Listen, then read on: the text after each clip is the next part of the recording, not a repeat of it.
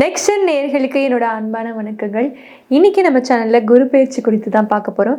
நம்ம கூட அதை ஷேர் பண்ணிக்கிறதுக்காக சித்தர் வாக்கு ஜோதிடர் பாலசித்தர் பாலஜனா அவர்கள் இணைஞ்சிருக்காங்க. வாங்க நிகழ்ச்சிக்குள்ள போகலாம். வணக்கம் சார். வணக்கம்மா. எப்படி சார் இருக்கீங்க? சிறப்பா நல்லா இருக்குமா. ஓகே சார், இப்போ குரு பயிற்சி பத்தி பார்க்க போறோம். இதுல என்ன சார் சிறப்பு இருக்கு? அதாவது உலகத்துல குரு அருள் இல்லைன்னு எதுவுமே இல்லை. உலகத்துல எதுவுமே இல்லை. ஒரு மனுஷன் காசு இல்லைன்னா அவனுக்கு சுத்தம் மரியாதையே கிடையாது. ஆக குருவுடைய முழு அதிகாரம் தனம், தனகாரகன் அப்படின்னு பேர். அப்ப எல்லாருமே தனகாரன் சொல்றாங்க. அடுத்ததாக அவர் அதிகாரத்துவம் நீதித்துறையிலிருந்து, வங்கியிலிருந்து, நீதித்துறையிலிருந்து ஒரு எல்லாருக்குமே ஒரு நீதி வழங்கக்கூடிய துறையிலிருந்து, தனகாரர்லேருந்து, பேங்க் தொழிலிருந்து எல்லாத்துக்குமே அவர் அதிபதியாரு, தங்கத்துக்கு அதிபதி ஆகிறார்.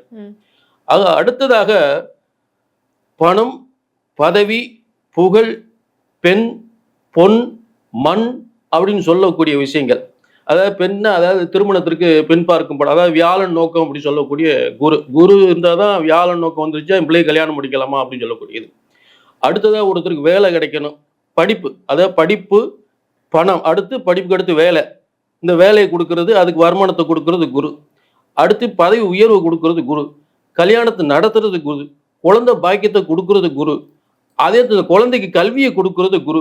அந்த கல்வியை குருகுலமா சென்று குருவாக இருந்து கல்வியை போதிப்பது குரு. இப்படி ஒவ்வொரு விஷயத்திலும் ஒரு குடும்பத்துக்கு கல்யாணம் முடிக்கிறது, குழந்தை பெற்றுக்கிறதுல இருந்து, அந்த குழந்தை படிக்கிறது, வேலைக்கு போறதுல இருந்து, வருமானம் பார்க்கறது, உத்தியோகத்துக்கு போறதுல இருந்து, பதவி உயர்வு போறது எல்லாத்துமே குருன்னு தான். இப்படிப்பட்ட பணம், பதவி, புகழ், பேர், புகழ், அந்தஸ்து, குழந்தை பாக்கியம், திருமண யோகம் என்று எல்லாவித யோகங்களையும் ஒரு அரசாங்க கஜானாக்களுக்கு குரு தான். தனி மனிதன் சம்பாத்தியமா இருந்தாலும் சரி, அந்த தனி மனிதனுக்கு சம்பளம் தரக்கூடிய அரசாங்க கஜானாவா இருந்தாலும் சரி, அதற்கும் குரு தான். இப்படிப்பட்ட எல்லாருக்குமே குருவாக இருக்கக்கூடிய ஒரு சிறந்த குரு பயிற்சி பலன்களை நம்ம இன்னைக்கு எல்லா ராசிக்கு பார்க்க. Okay sir. யாருக்காவது ஒண்ணுன்னா உடனே ஓடுவாங்க, ஏதாவது அன்பு காட்டிட்டாலே போதும், கொஞ்சோண்டு அன்பு காட்டினாலே போதும், அப்படியே அவங்க சொத்து கூட எழுதி கொடுத்துருவாங்கன்னு சொல்லலாம். அப்படிப்பட்ட நம்ம மீன ராசி நேயர்களுக்கு இந்த குரு பயிற்சி எப்படி சார் இருக்கு? இப்ப ஏற்கனவே இந்த விருச்சிக ராசி சொன்னோம் பாத்தீங்களா, அதே போல இந்த மீன ராசியும் யாரையும் நம்பிடுவாங்க. ஓகே. ஆனா பாசத்துக்கு கட்டுப்பட்டவங்க. அதே நேரத்துல மூக்குக்கு மேல கோவம் வரும். அதே நேரத்துல நேர்மையா இருப்பாங்க. அதே நேரத்துல இந்த ஜீவன் வாயிலா ஜீவன் இருக்குங்களா, அதுக்குமே ரொம்ப அக்கறையா இருப்பாங்க. வாயிலா ஜீவன் அக்கறையா இருப்பாங்க. பொதுவாக உலக மக்கள் எல்லாருக்குமே ஒரு ஒரு நல்ல ஒரு பாச நேசத்தோடு ஒரு எல்லாரையும் நல்லா இருக்கணும் அப்படின்னு நினைக்கக்கூடியது மீனராசி. சுயநலமா இருக்க மாட்டாங்க. கண்டிப்பா கண்டிப்பா. மீனராசி என்னன்னு கேட்டீங்கன்னா, அது காரணம் என்னன்னு கேட்டீங்கன்னா, இந்த கடல்ல இருக்கிற மீன் நம்மளை எல்லாம் வாழ வச்சுக்கிட்டு அந்த மீன் இறந்து போடும். சரியா சொன்னீங்க சார். புரிஞ்சுட்டு அதுக்காகத்தான் மீனராசி அந்த லோகோவை வச்சிருக்காங்க. உங்களுக்கு ஜோதிட சாஸ்திரத்துல ஒவ்வொரு இதுக்கும் சாதாரண ஒரு விஷயமே இல்லை. அந்த மீனராசிக்கு மீன், மேசத்துக்கு அதே போல பாத்தீங்கன்னா மேசத்துக்கு ஆடு கொடுத்துருப்பாங்க. ஆடு நமக்கு உழைச்சிட்டு அது நமக்கு உணவு கொடுத்து அது போய் சேர்ந்துட்டு, அதே மேசராசிக்கு அதே மாதிரி தான். கண்டிப்பா. அந்த மாதிரி மீனராசிக்காரங்க உலகத்துல மிகப்பெரிய வரப்பிரசம் தான் சொல்லி என்ன பொறுத்தவரை நல்ல ஒரு. அப்படிப்பட்டவங்களுக்கு எவ்வளவு மிகப்பெரிய பிரச்சனை, தொழில் பிரச்சனை, கடன் பிரச்சனை, சொத்து பிரச்சனை, கணவன் பிரச்சனை, பிள்ளைக பிரச்சனை, பிள்ளைகளை எதிரி ஆகிறது, எல்லா பிரச்சனையும் வேதனை மனசுல சுமந்து சுமந்து வெந்து நொந்து, இப்ப அப்படிப்பட்ட பிரச்சனை ஒரு ஜாக்பாட் யோகமா மீனத்துக்கு 5ஆம் இடம் அதிரடி அதிர்ஷ்டம். அதிர்ஷ்டம்.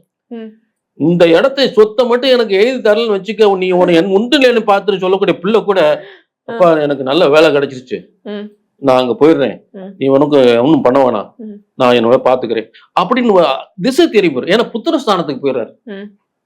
பூர்வ புண்ணியஸ்தானம் புத்திரஸ்தானத்துக்கு குரு போகும்போது அப்ப பிள்ளைகளா ஏற்பட்ட பிரச்சனை ஒண்ணு, பிள்ளைகளை படிச்சு நல்ல பதவி கிடைச்சிரும். சொத்து பாவப்பிரிவினை பண்ண சொல்லி அவர் பிடிவாதம் பண்ண பிள்ளை கூட அதுக்குன்னு ஒரு அங்கீகாரம் கிடைச்சு, அப்பா நல்லா இருந்தா போதும் அப்படின்னு நினைக்கக்கூடிய நிலை உருவாக்கி விலகி போயிடும். கண்டிப்பா. அதே போல பாத்தீங்கன்னா மீனத்துக்கு 7ஆம் இடம். இந்த 7ஆம் இடத்தை சனிபான் பார்த்துட்டே இருப்பார். அப்ப 7ஆம் இடத்தை சனி பார்த்து கணவனி பிரச்சனைகள், இந்த கணவனி பிரச்சனைகள் இருக்கும்போது குருபவன் அந்த பிரச்சனையும் சரி 5ஆம் இடத்துல பாச நேசத்தோடு சரி பண்ணக்கூடிய நிலையில் இருப்பார். புரிஞ்சுட்டீங்களா? அப்ப மீனத்துக்கு 1 10க்குரியவன், 1 10க்குரியவன் போய் 5ஆம் இடத்திலிருந்து 11ஆம் இடத்தை பார்க்கும் பொழுது 11ஆம் இடம் வந்து அதாவது ஆசைகள் நிறைவேறுமா, ஒரு கல்வியில வெற்றி பெற முடியுமா, இல்ல கணவன் மனைவி பிரச்சனைகள் தீருமா. 11ஆம் இடம் வந்து கணவன் மனைவிக்கு வெற்றி தரக்கூடிய இடம், மறந்துடக்கூடாது.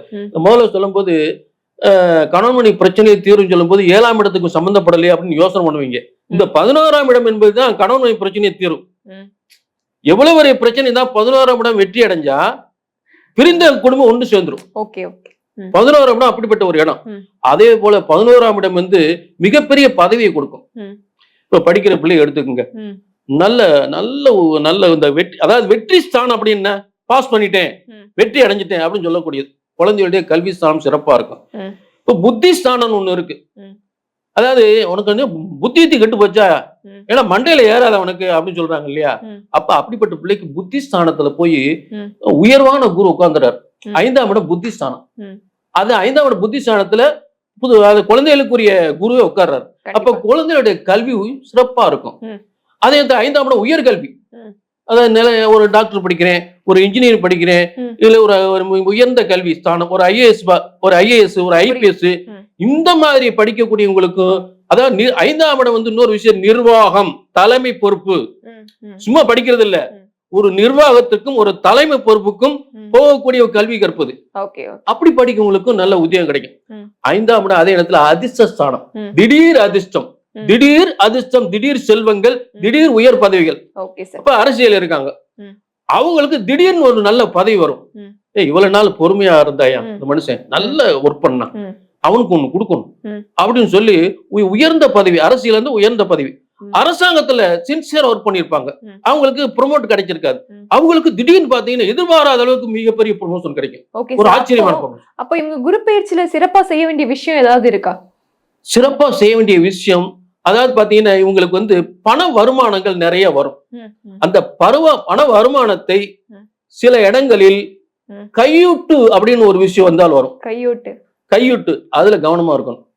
11ஆம் இடம் வந்து லஞ்சம் வாங்கக்கூடிய இடம் கூட. அப்ப உயர் பதவிக்கு போகும்போது இந்த 11ஆம் இடத்தில் லஞ்சம் வாங்காம இவங்க நேர்மையா இருந்தாங்கன்னா இவங்க பதவி உயர்வும் பேர் புகழ் நிலைச்சிருக்கும். அந்த இதுக்கு மட்டும் ஆசைப்பட்டு லஞ்சத்துக்கு ஆசைப்பட்டாங்கன்னா பதவி டீப்ரமோட் ஆயிப்போம். அதுல மட்டும் கவனமா இருக்கும். உலகத்துக்கே வரமா கிடைச்ச நம்ம மீன ராசி நேயர்களே, மறக்காம கமெண்ட் பண்ணிருங்க, ஒரு லைக் தட்டி விட்டு போயிடுங்க.